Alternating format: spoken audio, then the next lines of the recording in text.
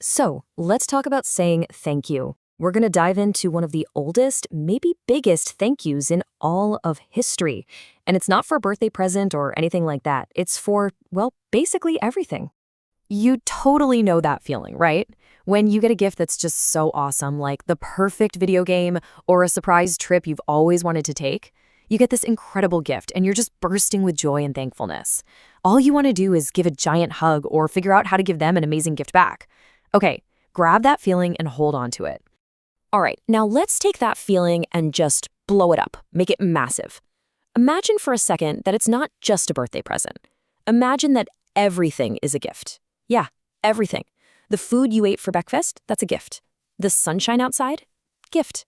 Even the air you're breathing right now, that's a gift too. Your friends, your family, all gifts. The simple fact that you get a whole new day to live and play, that's got to be the biggest gift of all. So if everything's a gift, that begs a question, right? Who's the giver? Well, let's dig into what our source material tells us about that. Okay, so here's the absolute core idea. The source material tells us that everything, and I mean everything, from the breath in your lungs to the silver and gold in the world, it all comes from one place, God. He's the source of it all. So when you think about it, anything we have, we're really just kind of taking care of his stuff for a little while. So how in the world do you say thank you for all of that, for literally everything? Well, one of the oldest ways is something called a tithe. Now, that word might sound a little fancy, but all it means is 1/10. The idea is actually super simple.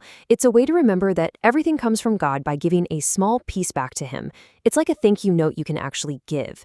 Think of it like this. If someone gave you a whole pizza, 10 slices, for free, giving them back just one slice to say, hey, thanks for the pizza, that's kind of what a tithe is.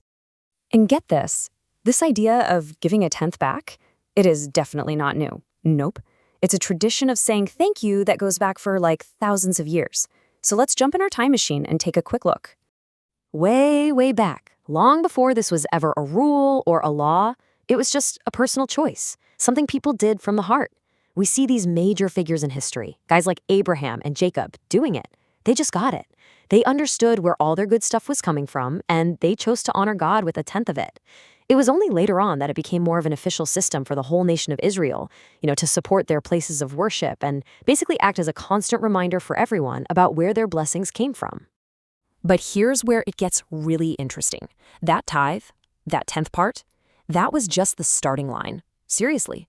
It wasn't the finish line at all. It was just the beginning of what turned into a whole culture of gratitude, with all sorts of ways to say thank you. Okay, one of the coolest examples of this has to be the first fruits gift. Check this out.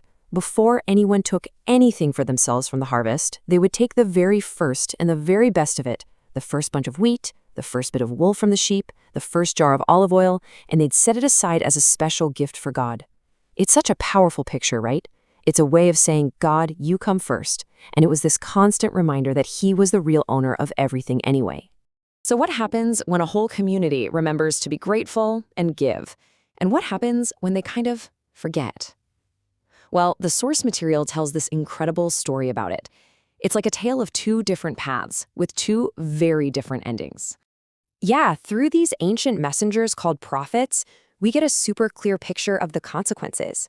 It's almost like a real-life experiment in gratitude. What happens when people are generous and what happens when they decide to hold back? And whoa, the contrast is powerful. On one side, you have the prophet Haggai. He described what it was like when people stopped giving. He said it felt like putting your money into a bag with holes. You know that feeling. You're working hard, but you just never seem to have enough. But then on the other side, you have the prophet Malachi. He shared this amazing promise from God for those who did give faithfully. A promise to open the windows of heaven and pour out a blessing so big they wouldn't even have room for it all. The difference there could not be more clear. Okay, this brings us to what might be the most important piece of this entire puzzle. Because it turns out that just the act of giving, that's only half the story. The other half, the part that really matters, is all about the feeling behind the gift. And here it is, the big takeaway. It's not about giving because you feel like you have to. This isn't like paying a bill or a tax. The whole entire point is for it to be a thank you. It's about giving with a happy, grateful heart, purely because you realize just how many good gifts you've already been given. Think about it for a second. Would you rather get a birthday present from a friend who's super excited and can't wait for you to open it? Or from someone who's just kind of grumpy, sighing, and rolling their eyes like they were forced to do it? It's the joy behind the gift that makes it so special, right? And that's exactly what the source says. Giving shouldn't be done grudgingly or because you have to. It should be cheerful. There's this perfect story in the source material that shows exactly what this looks like in real life. So the leader at the time, Moses, needed a bunch of supplies to build this really special, portable place of worship. It was called the tabernacle. And he didn't demand anything. He just put out an invitation. He said, hey, anyone who wants to help, anyone whose heart tells them to give, please bring a gift. And what happened next was just incredible. People started showing up with their gold, their silver, beautiful fabrics. They brought so much stuff, and they were so happy and willing to give it that pretty soon Moses had to make another announcement. And this time, he was telling everyone to please stop giving. Can you imagine? They had way more than they needed. That right there is what cheerful giving looks like. So let's wrap this up. We've seen that we can look at everything as a gift. We've seen that giving back is a really powerful way to say thank you. And maybe most importantly, we've seen that the happy feeling in your heart is what really counts. And all of that leaves us with one big final question to think about. We've talked a lot about one ancient way to show gratitude. But if it's true, if everything good in your life really is a gift, then how many different ways can you find to say thank you? That's something really worth thinking about.